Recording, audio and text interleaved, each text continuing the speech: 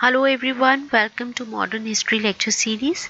This is the first lecture of modern history, and in this series I will try to cover whole of modern history very comprehensively, which will definitely help you to solve most of the questions of various entrance exam of UPSC or state civil services or any other exam in which history is a part of a syllabus. So, the first topic I'm going to start discussing is the decline of Mughal Empire. For this topic, first let's try to know briefly about the Mughal Empire. And as far as this topic is concerned, our main stress for this topic will be on part starting from 1707 when the Aurangzeb, 6th Mughal Emperor Aurangzeb died. Mughal Empire. The foundation of powerful Mughal empire was laid down by Babur in India. Who was Babur? Babur was descendant of Timur on father's side and Genghis Khan on his mother's side. And both Timur and Genghis Khan, they both were very strong ruler. Timur was the founder of Timurid Empire in Persia and Central Asia.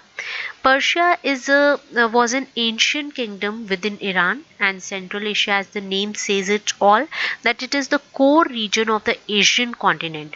If we see on map, it stretches from Caspian Sea in the west to China in the east, and from in the north Russia to the in the south Afghanistan. And Genghis Khan, he was the founder of Mongol Empire.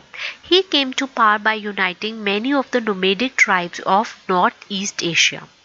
So, how Babur established its rule in India? The first battle of Panipat, which took place in 1526, marked the beginning of the Mughal Empire. And in this battle, Babur defeated Delhi Sultan Ibrahim Lodi and conquered northern India. So this battle, the first battle of Panipat, was very important. It started the rule of Babur in 1526 till 1530. Babur died in 1530. After the death of Babur, Humayun became the successor of Babur. He assumed the throne in 1530. He was the second Mughal ruler, and his overall territory of his rule was present-time Afghanistan, Pakistan, and parts of northern India. But Humayun's rule was not very smooth, and also he was not as strong as his father. So he was deposed in 1540 by a Pashtun ruler Sher Shah Suri. So in 1540, Humayun was defeated by a Pashtun ruler in Sher Shah Suri.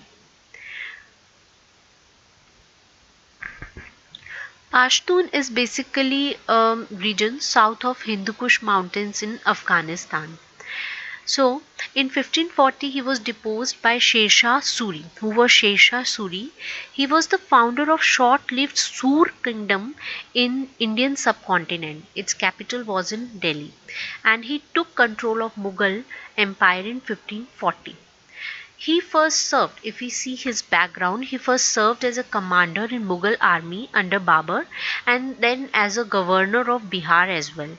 So in 1537, when Humayun was busy on an expedition, he overran the state of Bengal and established its Sur dynasty. And in 1540, in a battle between the Humayun and Sher Shah Suri defeated Humayun. Humayun he could only regain his throne in 1555, that too with the aid of Safavid dynasty from Persia. Safavid dynasty, also known as Iranian dynasty, that ruled Persia from 1501 to 1736. So with the help of this dynasty, Humayun could regain his throne, that too in 1555, 1 year before his death, by falling down from staircase of its own library. In 1556, next successor of Humayun was his 13-year-old son Akbar.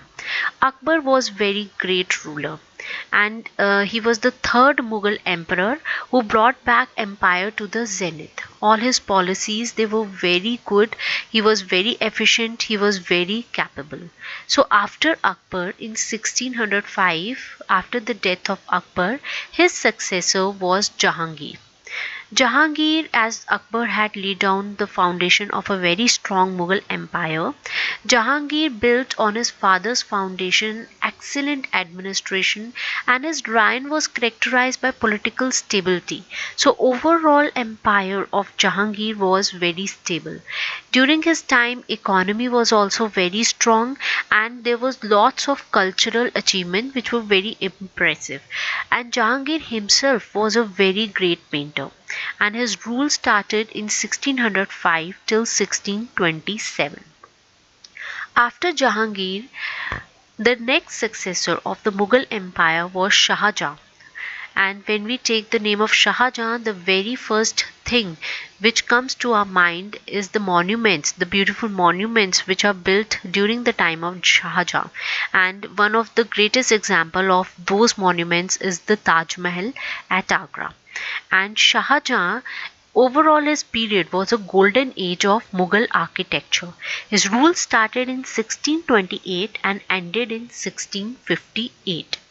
After him, Aurangzeb assumed the throne in 1658. Aurangzeb was the third son of Shah Jahan, who seized the throne and had all his brother executed. He also imprisoned his own father, and his rule was from 1658 till 1707. He was very authoritarian ruler. He was not like his earlier predecessor. He was quite different. He proved to be the last great Mughals, and he expanded his empire in all directions, and he was also quite orthodox. Aurangzeb died in 1707, and with his death the decline of Mughal empire started. And within 50 years many rulers they ruled, but no one was so capable or so efficient to establish a stable empire. If we take an example from Akbar to Aurangzeb, the total ruler who ruled for 151 years, that is from 1556 to 1707, were four rulers. Okay, they were like Akbar, Jahangir, Shah Jahan and Aurangzeb. But after Aurangzeb, from Bahadur Shah I to Shah Alam II, nine rulers they ruled in just 1 century from 1707 to 1806. But no one was so capable, no one was so efficient that can establish a stable empire. Instead, they led to the decline of the Mughal empire. And all rulers after Aurangzeb, they helped, if they just didn't help in establishing a stable empire, instead they helped in establishing a very declining Mughal empire.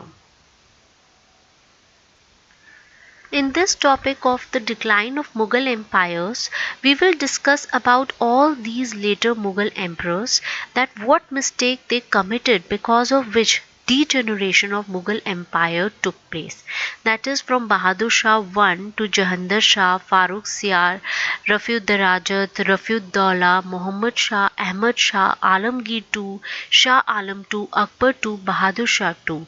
We will discuss their policies, we will discuss their mistakes, and we will try to know what were the reasons for the decline of the Mughal empire.